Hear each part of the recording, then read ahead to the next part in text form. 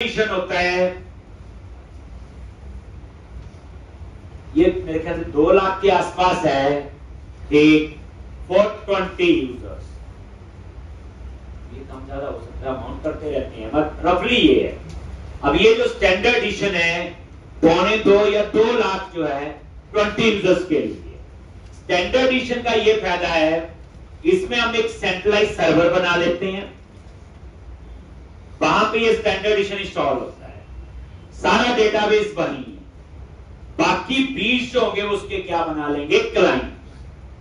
अब वो क्या करते हैं, अपनी मशीन से भी आएंगे, सिंपल लॉगिन करेंगे, डेटाबेस को एक्सेस कर लेंगे। कल को मान लो 20 में से एक मशीन खराब होगी तो किसी और मशीन पे बैठ के वो डाटा एक्सेस हो जाए, क्योंकि डाटाबेस एक ही जगह है, कहां पे, सर्वर।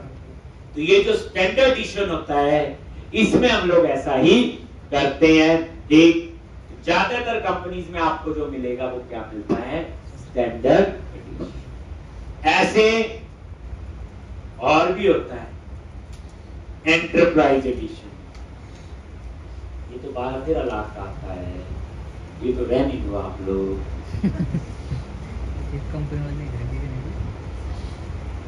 ये होता आपका प्रोडक्शन सर्वर।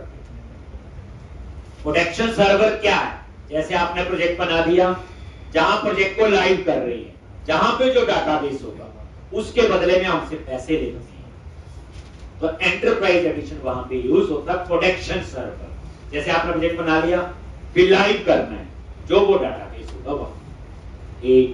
तो अब यहां पे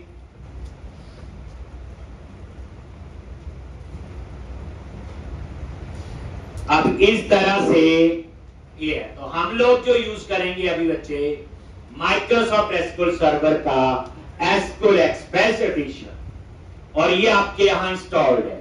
जब आप विजुअल स्टूडियो इंस्टॉल करते हो उस समय फ्रेमवर्क भी इंस्टॉल हो जाता है, उस समय वेब सर्वर भी इंस्टॉल कर देते हैं, और उस समय आपका डाटाबेस, क्योंकि आप प्रोजेक्ट में डाटाबेस यूज होगा तो डाटाबेस भी चाहिए। ठीक, तो जो विजुअल स्टूडियो इंस्टॉल हुआ है उसके साथ ही इंस्टॉल है, आपको अलग से इंस्टॉल करवाने की जरूरत नहीं। तो माइक्रोसॉफ्ट सीक्वल सर्वर का एसक्यूएल एक्सप्रेस एडिशन 2022 आपके वहां पे इंस्टॉल हो, फ्री होता है, आप इसे यूज कर सकते हैं।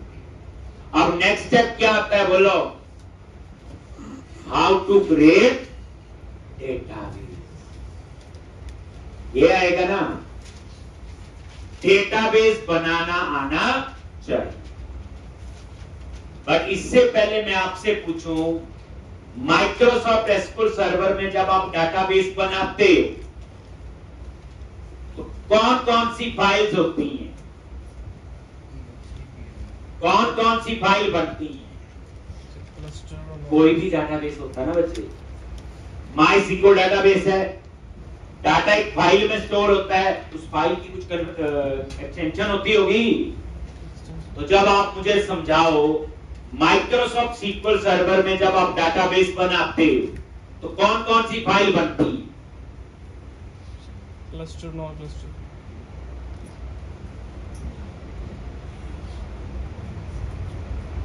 कोई ना कोई तो डाटाबेस पढ़ा हुआ आपने, आप उसी का बता दो। चलो,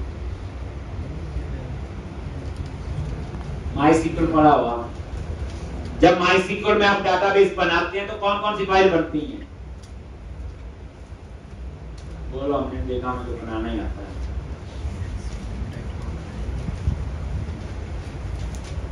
बच्चे आपको ये चीज पता चल गई ना कि हमें क्या पढ़ना चाहिए, गूगल उसका आंसर दे देगा।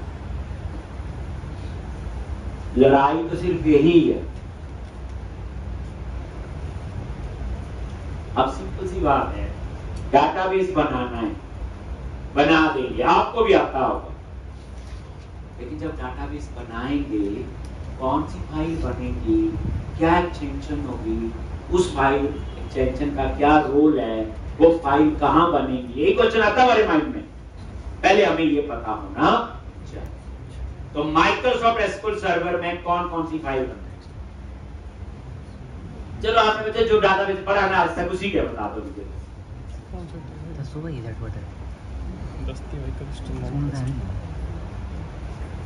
अब पढ़ के आए पहले से, कोई ना कोई तो पढ़ाई होगा।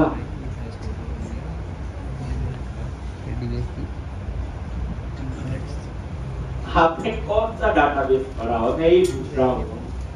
लो,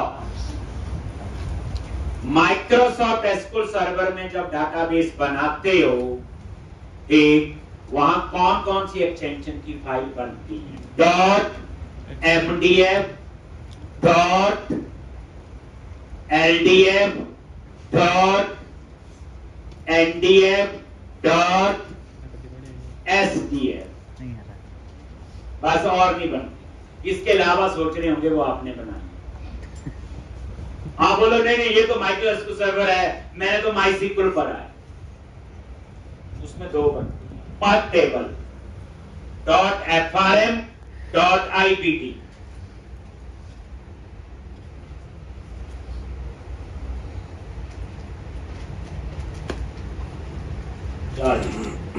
ये लिख लो, आप जो मैं पढ़ा रहा हूं। जो एमडीएफ फाइल है बच्चे, इसको हम कहते हैं primary file. Dot LDF file जो है, इसको हम कहते हैं लॉग फाइल। कौन सी?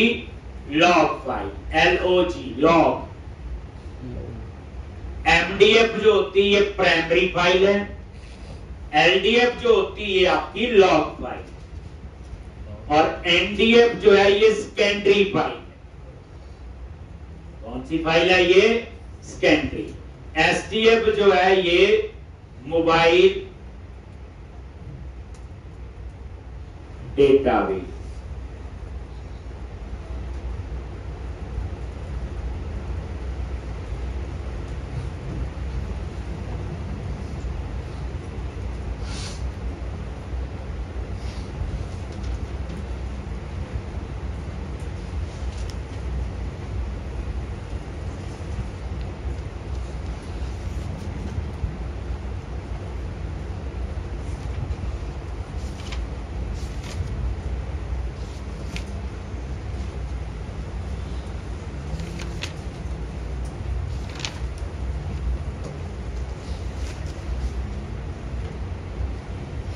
Dot MDF, LDF, NDF, dot SDF. सबसे पहले ये प्राइमरी फाइल है।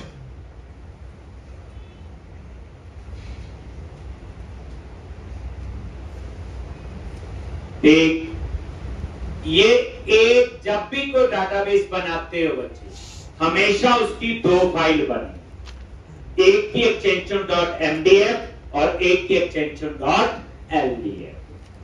एमडीएफ जो है ये प्राइमरी फाइल होती है, ठीक, इसमें आपका डेटा स्टोर होता है। एलडीएफ जो है लॉग फाइल है, इसको हम ट्रांजैक्शन लॉग फाइल भी कहते हैं। यानी जो एमडीएफ में काम हुआ उसकी सारी लॉग जनरेट करता कौन? एलडीएफ। कल को प्राइमरी फाइल करप्ट हो जाए मान लो, तो सेकेंडरी फाइल जो है, सॉरी लॉग फाइल जो है, अगर आपकी प्राइमरी फाइल करप्ट हो जाए तो हम लॉग फाइल से रिकवरी कर सकते। ठीक,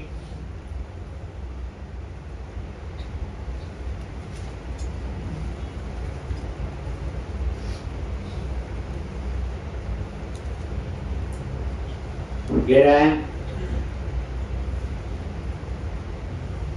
एमडीएफ और एलडीएफ। ठीक, मतलब ये है कहने का कि जब प्राइमरी फाइल में कोई प्रॉब्लम आ गई, करप्ट हो गई, तो हम एलडीएफ फाइल से डेटा की रिकवरी कर सकते हैं। ठीक, और प्राइमरी फाइल आपकी एक ही होगी और इसमें हम अनलिमिटेड डेटा स्टोर कर सकते हैं, पर लिमिटेड टू द ड्राइव। कोई पूछे जी एमडीएफ फाइल में क्या कोई डाटा की लिमिटेशन है? नहीं, हम अनलिमिटेड डेटा स्टोर कर सकते हैं, but limited to the drive. इसका क्या मीनिंग होगा? मान लो ये डी ड्राइव के अंदर बनी है, अब मान लो डी ड्राइव में बची 50 जीबी है टोटल, आप 100 GB थोड़ी स्टोर कर सकते हैं। अनलिमिटेड तो है पर लिमिटेड टू द ड्राइव। एक तो आपका आंसर ये होना चाहिए। लेकिन एसक्यूएल एक्सप्रेस में बच्चे उसमें 8 GB होता है। अगर आप सीक्वल सर्वर का एसक्यूएल एक्सप्रेस यूज कर रहे हैं तो उसका मैक्सिमम साइज कितना होता है? फ्री वाला ना, कुछ तो होगा ही। ठीक, वैसे तो पढ़ने के लिए तो 8 GB बहुत है। हाँ, कल को जॉब करेंगे वहां एसक्यूएल एक्सप्रेस नहीं होगा, वहां डेवलपर हो सकता है, स्टैंडर्ड एडिशन हो सकता है, उसमें आप अनलिमिटेड डेटा स्टोर कर सकते हैं। बट एसक्यूएल एक्सप्रेस में मैक्सिमम डेटा कितना होता है? 1। तो जब भी बच्चे आपको डाटाबेस बनाओगे उसकी हमेशा 2 फाइल बनेगी। माइक्रोसॉफ्ट एसक्यूएल सर्वर में कौन कौन सी? .mdf extension, .ldf। mdf में डाटा स्टोर होगा और ये फाइल एक डाटाबेस के लिए एक ही होगी। ldf जो है ये लॉग फाइल है, इसको ट्रांजैक्शन लॉग फाइल हम बोलते हैं। कल को mdf में प्रॉब्लम आ गई तो हम ldf से रिकवरी कर सकते हैं। क्लियर है जी? फिर ये ndf सेकेंडरी फाइल का भी यूज होगी। इसका क्या रोल है?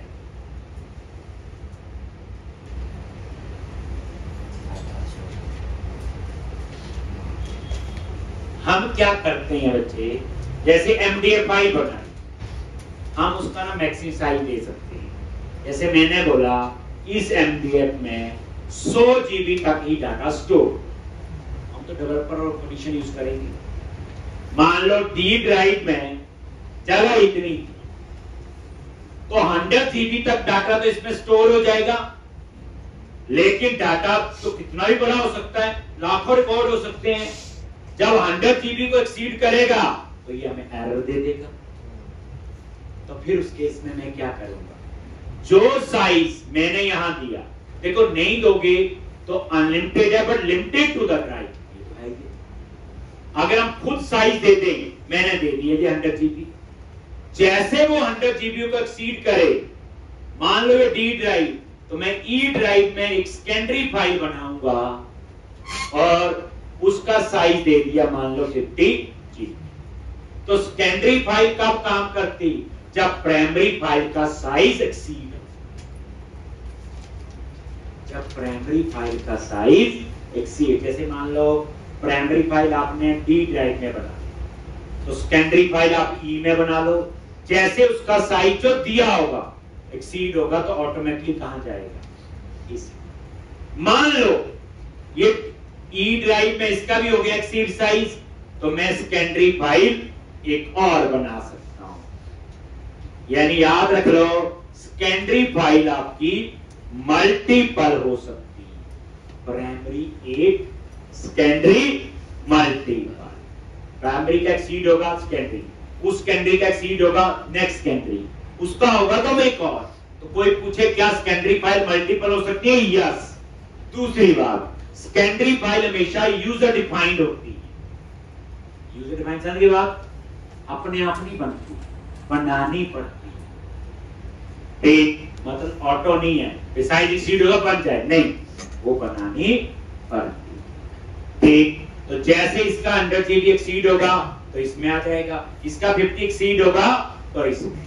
तो प्राइमरी फाइल का जब साइज एक्सीड होता है तो सेकेंडरी। और जब आपकी रिक्वायरमेंट ये हो कि मोबाइल डाटाबेस, ठीक, क्योंकि जो बच्चे मोबाइल डाटाबेस होते हैं उसमें लिमिटेशन होती है, वो डाटाबेस कॉम्पैक्ट होता है क्योंकि मेमोरी कंस्ट्रेंट होता है मोबाइल। ठीक, अब लैपटॉप जितनी मेमोरी थोड़ी होगी तुम्हारी। तो कहने का मतलब मेरा यह है, को पूछे क्या सीक्वल सर्वर के अंदर मोबाइल डाटाबेस का प्रोविजन है कि नहीं? यस। जिसकी एक्सटेंशन क्या होती है? .sdf। क्या होती? .sdf। ये सेकेंडरी फाइल है, सॉरी मोबाइल डाटाबेस के लिए, और ये डाटाबेस कॉम्पैक्ट होता है। इसमें सारी फीचर नहीं होंगी, जैसे मैंने कहा ट्रिगर, प्रोसीजर, ये नहीं होते इसमें। तो मतलब ये जो डाटाबेस होता है बच्चे कॉम्पैक्ट होता है। तो कोई पूछे क्या माइक्रोसॉफ्ट सर्वर के अंदर कोई मोबाइल डाटाबेस बनाने का प्रोविजन है? यस,